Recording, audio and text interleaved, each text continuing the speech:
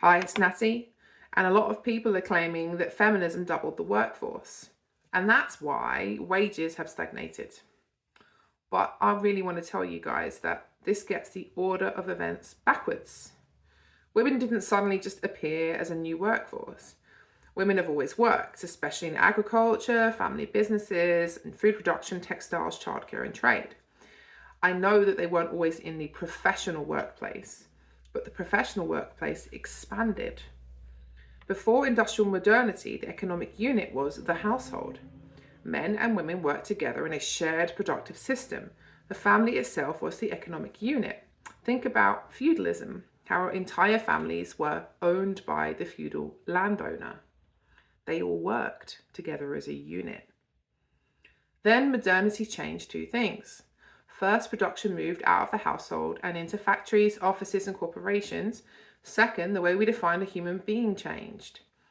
We call this ontology. The individual became the economic unit, not the family. Once value is measured primarily through individual wages, work only counts if it happens in the marketplace. So women didn't suddenly start working. What actually happened is that labor, which used to exist inside the household economy, was pushed into the wage economy. Feminism largely emerged as a reaction to this structural change.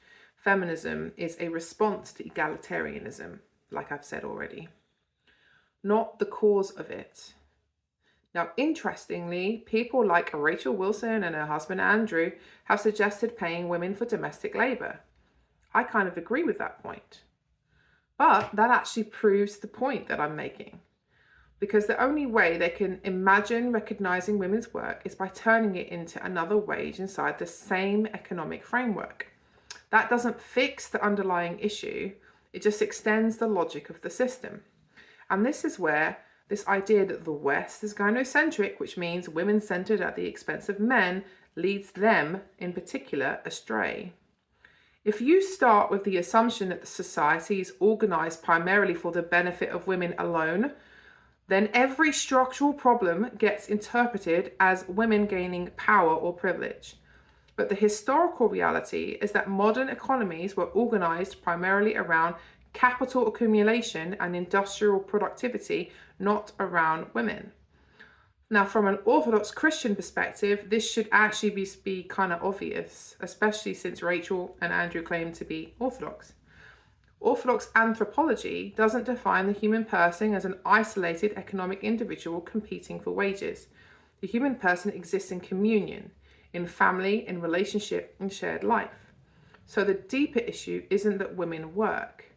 The deeper issue is that modern economic systems detached work from the household and stopped recognizing the family as a real economic unit and didn't really incorporate this idea of communion. Blaming women working is simply misdiagnosing the problem, and this is why they get a lot of pushback from people like me. Thanks for listening.